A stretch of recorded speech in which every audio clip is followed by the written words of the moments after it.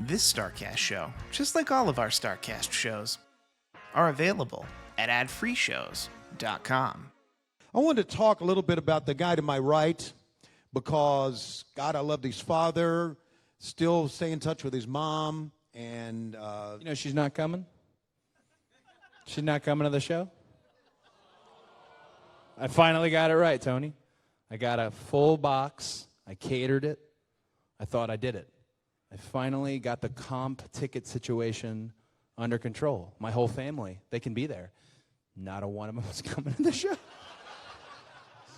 So sad. I've just been giving it out to people in the hall, you know. There's food, hot dogs and stuff, you know. So, well, I'm holding out, kind of like in, what is it, Talladega Nights, where he's holding out for, you know, I'm holding out for Michelle, you know, that last minute, oh, Cody, I wanted to see your match. I hope. I love her. She's a great mom. Have you guys seen my mom? Spitting image of me. Exactly. It's crazy. It's nuts and mean as hell, man.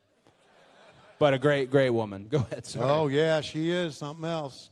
You know, after the match in Las Vegas, and I was sitting there, too, and I said, so, Michelle, what'd you think of the match? She said, too much blood. Too much. Those guys are too much blood. It's okay. Hey, I enjoyed it, though. Thank you. She always goes to these, like, superficial things, Tony. Like, I remember she went to one of the first Full Sail tapings, and I think my dad asked her, what'd you think? And she just went to this weird, she goes to these, like, superficial places. She's like, well, you know, the one guy, he had so much baby oil and water on that you could see his whole penis in his trunks. Like, what about the show, though? You know, was it any good? I couldn't get past it. And she's real. Oh, man. If you're a female wrestler, don't ask how you did. Because she's got opinions, man. Yes, she does. Woo. Yes, she does. Damn, man. But we love her. Yeah. We love Michelle. We're hoping she shows up on Saturday. Well, your childhood growing up, I mean, Dusty and Michelle had a wonderful relationship. They really did. And it was a relationship that obviously wasn't an easy one because of the big star that your dad was. And when did you, as a youngster, realize how big a star your dad was? It's in, you know, I don't know anybody from Atlanta here? Any Atlanta? Oh, that's Lexi, literally. Lexi, why don't you come up here? Come on up. Come on up here, Lexi. Get on up here. Ladies and gentlemen, a round of applause for Lexi. Get on up here. She was the only one who raised her hand on the Atlanta thing. You know what I'm saying? Oh, there you go. So Lexi is the makeup artist for the Road 2 series. So she's wonderful. Please give her a round of applause. She also did a control center the other day. She did a great job on the control center, right? Yeah. And you're doing makeup for All Out? All right, let's hear it for Lexi. Oh. So were you talking about when you realized your dad was a mega star? We're at the Omni in Atlanta, Georgia, and I would go, and I knew he was some sort of, I knew he was like the boss, or maybe somewhat in charge. Right. Because all my favorites would go talk to him and ask him things, and they seemed to really like respect him. So I knew he was important. And this is when I was much younger, but Sting walked out of the back of the Omni at the end of the night. The crowd out in the parking lot. That's such a good feeling. Don't ever let us tell you it's not. The crowd who waited in the parking lot, they like went nuts for Sting. And as I went to walk out, my dad just whoosh, he goes, watch this.